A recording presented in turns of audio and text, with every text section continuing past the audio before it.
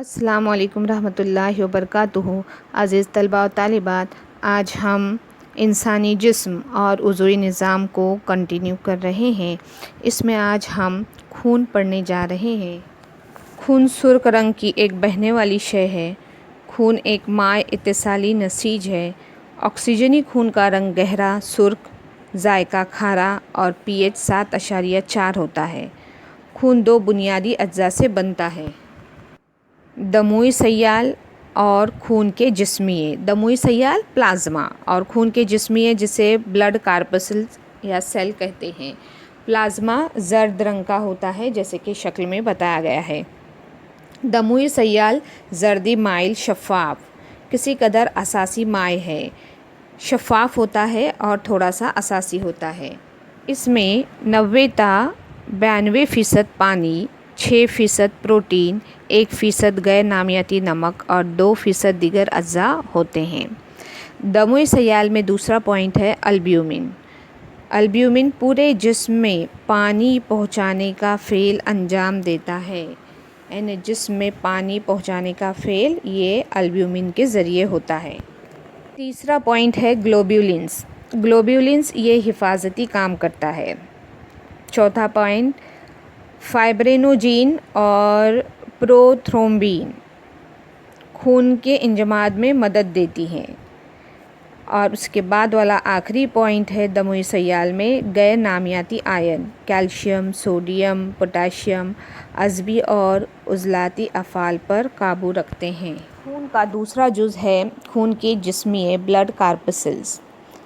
उसमें सबसे पहला खलिया है खून के सुर्ख जिस्मिये RBC। जसामत में छोटे गोल बेमरकज़ा खलियात होते हैं। इनमें हीमोग्लोबिन की मौजूदगी से खून सुर्ख नज़र आता है। हीमोग्लोबिन की वजह से ऑक्सीजन खून में शामिल होती है। खून के हर मकब मिलीमीटर हजम में 50 से 60 लाख RBC होते हैं। RBC हड्डी के गूदे में पैदा होते हैं और उनका अरसा हयात तकरीबन 100 से 127 दिन होता है। ये खून के सुर्ख जिस्मिये हैं, छोटे गोल और बेमरकज़ा खलियात हैं। इनमें हीमोग्लोबिन होता है जिसकी वजह से ये सुर्ख नज़र आते हैं। खून के दूसरे खलियात है खून के सफ़ेद जिस्मिये WBC। ये जसामत में बड़े मरकज़ा बरदार और बेरंग खलियात होते हैं। जैसे कि शक्ल में बताया गया है, बड़ा वाला जो खलिया है वो WBC है, वाइट ब्लड कार्पस्कल्स, और दूसरे जो अतराफ़ में छोटे दिखाई दे रहे गोल वाले ये खून के सुर्ख जिस्मिये हैं। इन खलियात की 5 किस्में हैं: basophil, eosinophil, neutrophil, monocytes and lymphocytes है। सफ़ेद जिस्मिये हड्डी के गूदे में पैदा होते हैं। उनके अफ़ाल सफ़ेद जिस्मिये हमारे जिस्म में फ़ौजी का काम करते हैं। जैसे देखिए शक्ल में जो सफ़ेद जिस्मिया घूम रहा है वो एक बैक्टीरिया के पीछे घूम रहा है। अगर कोई बीमारी का जरासीम हमारे जिस्म में दाखिल होता है तो उसको हमला करके ख़त्म कर देते हैं।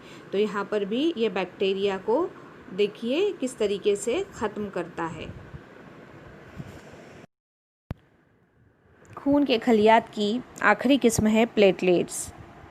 ये बेहद छोटे कुर्सनुमा होते हैं, जैसे कि शक्ल में सफ़ेद रंग के प्लेटलेट्स दिखाई दे रहे हैं। खून के एक मकब मिलीमीटर में ये तकरीबन 2.5 से 4 लाख होते हैं और इनका काम है खून के इंजमाद में हिस्सा लेना। जैसे उंगली कटती है और उंगली कटने के बाद में उसमें से खून निकलता है, खून बहता है, तो और कुछ देर के बाद में वो खून मुंजमद होता है, जमा हो जाता है। तो खून का मुंजमद होना ये प्लेटलेट्स के ज़रिए होता है। जैसे कि शक्ल में जो फ़ेल दिखाया जा रहा है वो खून का इंजमाद बताया जा रहा है जिसमें प्लेटलेट हिस्सा लेते हैं। इसके बाद हम देखेंगे खून के अफ़ाल। तो सबसे पहला फ़ेल है गैसों का नक़्ल हमल। फेफड़ों में मौजूद ऑक्सीजन खून के ज़रिए जिस्म के तमाम खलियात तक पहुंचाई जाती है। इसी तरह नसीजों से कार्बन डाइऑक्साइड फेफड़ों में लाई जाती है।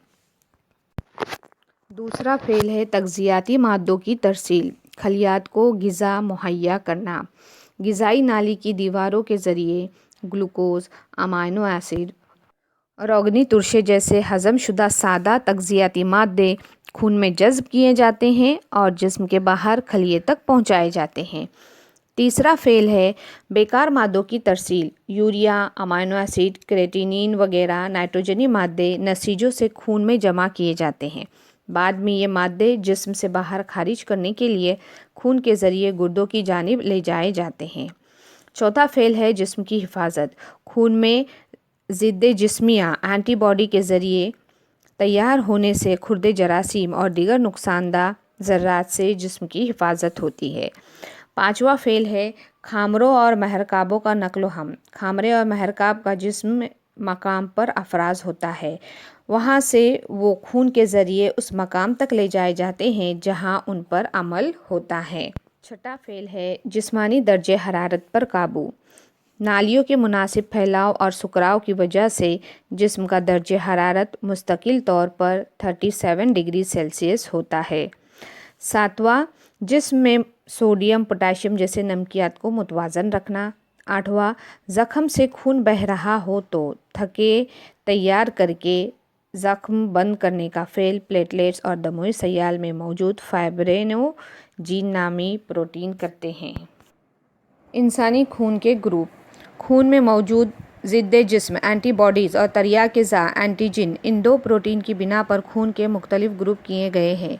इंसानी खून के ए बी और ओ इस तरह 4 अहम ग्रुप हैं। RH पॉजिटिव और RH निगेटिव इस तरह हर ग्रुप की 2 किस्में मिलाकर मजमूई तौर पर खून के 8 ग्रुप है। मसलन A RH पॉजिटिव और A RH निगेटिव। खून का अतिया। किसी इंसान के हादसे का शिकार होने पर ज़ख्म के ज़रिए खून बहता है। ऑपरेशन के वक्त भी कई बार मरीज़ को खून देना पड़ता है। इसी तरह एनीमिया, थैलेसीमिया, कैंसर के मरीज़ों को भी खून दिया जाता है। जिस्म में खून की कमी को दूर करने के लिए जब ज़रूरतमंद को खून दिया जाता है तो उसे खून का अतिया कहते हैं। अतिये खून के लिए खून कहाँ से मुहैया होता है? तो खून ब्लड बैंक से मुहैया होता है। ब्लड बैंक में किसी मर्द से पाक फ़र्द के जिस्म से मखसूस तरीके से खून निकाला जाता है। जो सेहतमंद शख्स होता है, उसको किसी किस्म की बीमारी नहीं होती, ऐसे शख्स का खून लिया जाता है और वो ज़रूरतमंद को दिया जाता है। जमा किया गया खून फ़ौरन अगर इस्तेमाल न करना हो तो उसे कुछ अरसे तक रेफ्रिजरेटर में रखा जाता है।